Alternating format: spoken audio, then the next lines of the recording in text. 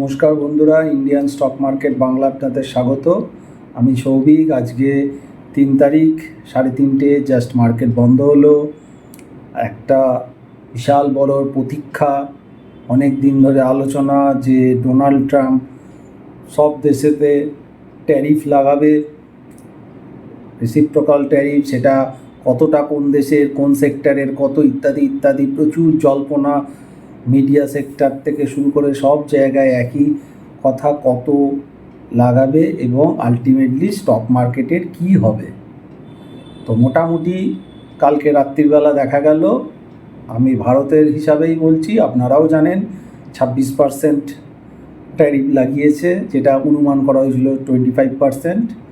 এছাড়াও Pharma sector আপাতত ছাড় দিয়েছে। এছাড়াও কিছু কিছু জায়গায় কম বেশি 19-20 হবে, নেগোসিয়েশনের টেবিলে আসবে।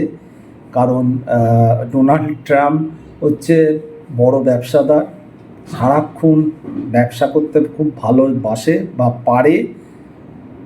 আমার ধারণা টোটাল সব দেশের সাথে একটা টেবিলে বসে একটা জায়গায় আসবে।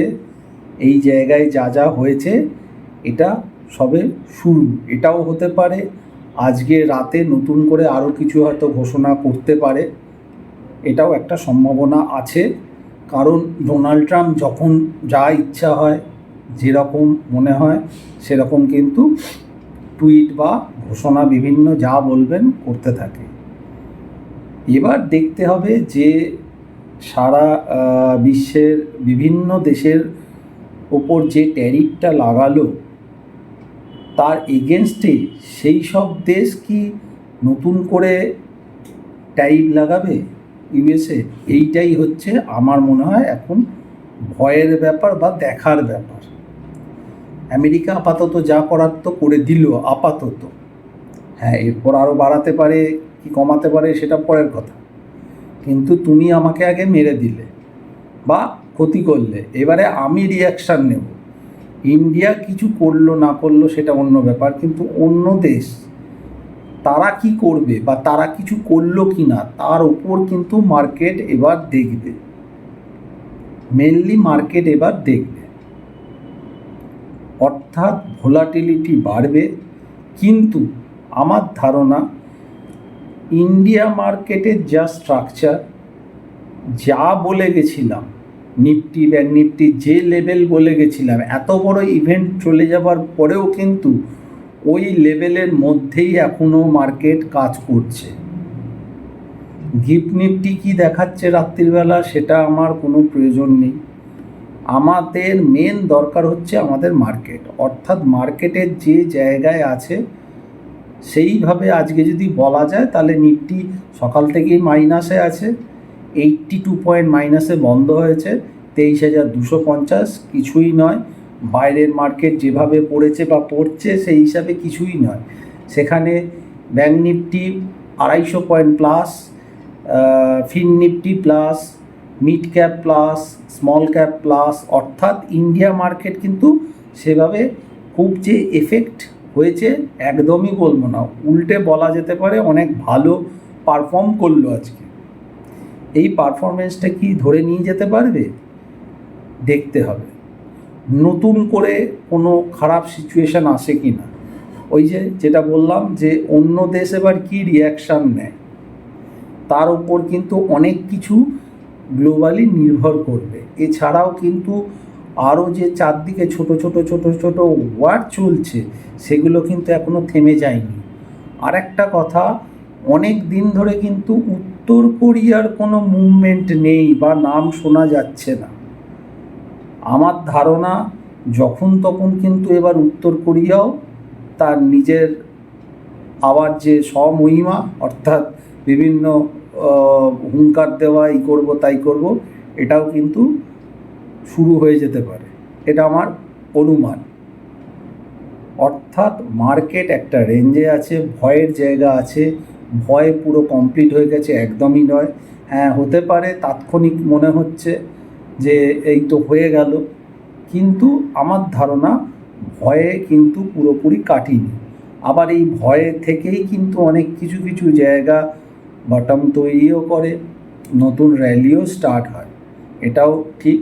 তবে বর্তমানে যে জায়গায় আছে আমার মনে হয় যদি কেউ কাজ করে মার্কেটে তাহলে প্রফিট পেলে কিন্তু কুইক প্রফিট বুক করতে হবে, কারণ দেখা যাচ্ছে যে অপশান বা স্টক যাই হোক না কেন, যেগুলো প্রফিট নেওয়া কেনার পর প্রফিট হচ্ছে, সেই প্রফিটটা যদি না নেওয়া হয় আবার কিন্তু সেটা পুনরায় ওই আগের দামেই ফিরে আসছে, বা অপশান হলে প্রিমিয়ামটাকে গলিয়ে দিচ্ছে। অর্থাৎ পয়সা পেলে এখন পয়সা নিয়ে নেওয়ার জায়গা, যেহেতু একটা রেঞ্জের মধ্যে ঘোরাঘুরি করছে। তবে এটাও বলছি, রেঞ্জও ব্রেক করবে, সময় এলে দেখতে পাবেন। এবং শুধু তাই নয়, যেরকম বাড়বে তেমনি পড়বেও, খুব স্পিডে মুভ আসবে, সময় আছে, আসবে। এই সপ্তাহ আসবে কি পরের সপ্তাহ আসছে আমি সেটা ইমিডিয়েট ডিসক্লোজ করছি না, কয়েকটা ডেট গ্রুপে বলা আছে, সেই ডেট অনুযায়ী কাজ কিছু কিছু যা যা আগে দেওয়া হয়েছিল ঠিক ডট টু ডট জায়গায় গেছে, পরেও আসবে। তবে আপনাদের একটা কথাই বলছি যে মার্কেটে কাজ করলে কুইক পয়সা নিতে হবে এবং হাতে যেন ক্যাপিটাল রেখে কাজ করা হয়। সব আমি আটকে দিলাম ব্লক করে ক্যাপিটাল, এই আশায় যে হ্যাঁ আজকে পড়েছে তার মানে কালকে আরও পড়বে, বা আজকের চার্টে ব্রেকডাউন দেখাচ্ছে তার মানে কালকে যে আরও পড়ে যাবে নর্মাল নিয়মে, এটা কিন্তু নাও ঘটতে পারে, কারণ ফলস অনেক কিছু ব্যাপার ঘটছে। যেমন গতকাল মার্কেট যেভাবে র্যালি দিয়ে গেছিলো, আমরা একটা হিরো কল নিয়েছিলাম, সম্ভবত 11-12 টাকায় নিয়েছিলাম, 21-22 টাকা হতেই আমরা কিন্তু এক্সিট করে দিয়েছি। কালকে ওটা ভেবেছিলাম ডেলিভারি নিয়ে যাব, কিন্তু কালকে লাস্টের দিকে এমন কিছু আমি বুধবার দেখতে পেয়েছি, বা যাই হোক একটা কিছু হয়েছে, তার জন্য আমি কিন্তু এক্সিট করেছি এবং গ্রুপে বলে দিয়েছিলাম আজকে গ্যাপ ডাউন খুলবে। পরিষ্কার, কালকে যে জায়গায় চার্ট রেডি করেছিল, যে জায়গায় গেছিল, ভয় নিশ্চয়ই ছিল, কিন্তু চার্ট কিন্তু গ্যাপ ডাউনের সংকেত দেখাচ্ছিল না, কিন্তু চার্টের বাইরেও অনেক কিছু ফ্যাক্টর তৈরি হচ্ছে, সেইখান থেকে কিন্তু কিছু কিছু ব্যাপারগুলো তোলা আপাতত যাচ্ছে। তো যাই হোক, আমার মনে হয় ওভারনাইট কোনো পজিশান সে বাই হোক বা সেল হোক নিয়ে যাওয়াটা এখন দরকার নেই। দিনের দিন কাজ করুন, তাহলে ফ্রেশ মাইন্ডে থাকা যাবে, আবার পরের দিন দেখা যাবে মার্কেট সুযোগ দিচ্ছে, অসুবিধে নেই। নিফটি ব্যাংক নিফটির লেভেলে আসছি, তবে একটাই বলছি, অত্যাধিক ভয় পাওয়ার কিছু নেই। দেখবেন যখন ভয় পাবেন না তখনই আসল খেলাটা শুরু হয়ে যাবে। এখন হয়তো রেঞ্জ বাউন্ডে থাকবে, যেটা আগেও বলে এসেছি আগের দু একটা ভিডিওয়ে, রেঞ্জ বাউন্ড থাকবে, কারণ কয়েকটা ছুটিও আছে, আর এই সময় অনেকে হেজ করে কাজ করছে, এইসব প্রিমিয়াম ইটিংয়ের জন্য এইসব ব্যাপারগুলো চলবে। ওই জন্য দিনের দিন খুব কুইক পয়সাগুলো তুলতে হবে যদি বোঝা যায়, আর যদি না বোঝা যায় তাহলে কাজ না করাই বেটার। অনেক সময় কাজ না করলেও প্রফিট হয়, ক্যাপিটালটা প্রোটেক্ট হয়। এখন মার্কেটটা খুব ডেঞ্জারাস মার্কেট হচ্ছে, ধরতে পারলে প্রচুর পয়সা দিচ্ছে, প্রচুর। যারা মার্চ মাসে এবং এপ্রিল মাসে গ্রুপে রানিং চলছে তারা জানে কী হারে পয়সা দিচ্ছে এবং কতটুকু টাইমের মধ্যে দিচ্ছে, এটাও একটা বড় কথা। আবার সেগুলোই যদি বেশিক্ষণ ধরে রাখা যায় তাহলেই কিন্তু সমস্যা, তখন দেখবেন প্রফিট তো চলে গেল, উল্টে লসের দিকে ঢুকে যাবে। তো যাই হোক, এইভাবে মার্কেট চলছে এবং এইভাবেই এখন চলবে।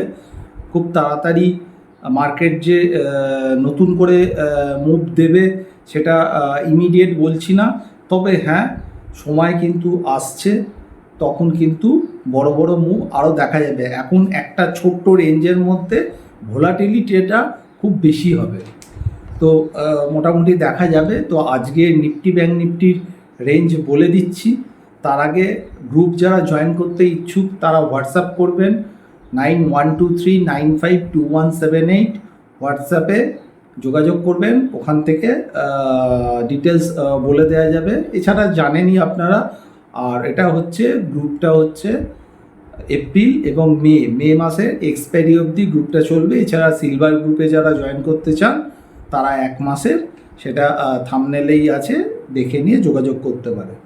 নিফটির সাপোর্ট রেজিস্ট্যান্সে আসি।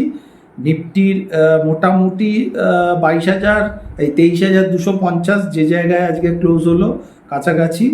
সাপোর্ট আছে 23,142, স্পট লেভেল বলছি, স্পট লেভেলই সবসময় বলি। তো যাই হোক 23,142 এটা খুব স্ট্রং সাপোর্ট। এটা ভেঙে গেলে 22,950 থেকে 60 এটাও একটা খুব খুব বড় সাপোর্ট হিসাবে কাজ করবে বলে আমার মনে হচ্ছে আগামী কিছুদিন। আর ওপরের দিকে 23,333 এবং 23,415 এইটা রেজিস্ট্যান্স, অর্থাৎ এই রেঞ্জের মধ্যেই নিফটিকে ঘোরাঘুরি করতে দেখব। এই রেঞ্জ ভাঙলে তারপর নতুন করে আবার চিন্তাভাবনা করা যাবে। ব্যাঙ্ক নিফটির ক্ষেত্রে সাপোর্ট হচ্ছে 51,343, সেটা যদি ভাঙে 50,800। আর ওপরে রেজিস্ট্যান্স হচ্ছে 52,100 এবং 52,500। ব্যাঙ্ক নিফটি তুলনামূলকভাবে আজকে ভালো পারফর্ম করেছে, পিএসইউ ব্যাঙ্ক বিশেষ করে। আবার কালকে দেখা যাক কোন দিকে কি তৈরি হয়। যাই হোক, যেটুকুনি কাজ করবেন বুঝে শুনে ধীরে সুস্থে করবেন, একটু শেয়ার করবেন, লাইক করবেন। আবার দেখা হবে নেক্সট শুক্রবার অথবা শনিবার। কালকে তো শুক্রবার, হয় কালকে নাহলে শনিবার ভিডিও করব নেক্সট উইকের জন্য। আজকে এখানে শেষ করলাম। ভালো থাকবেন, সুস্থ থাকবেন, নমস্কার।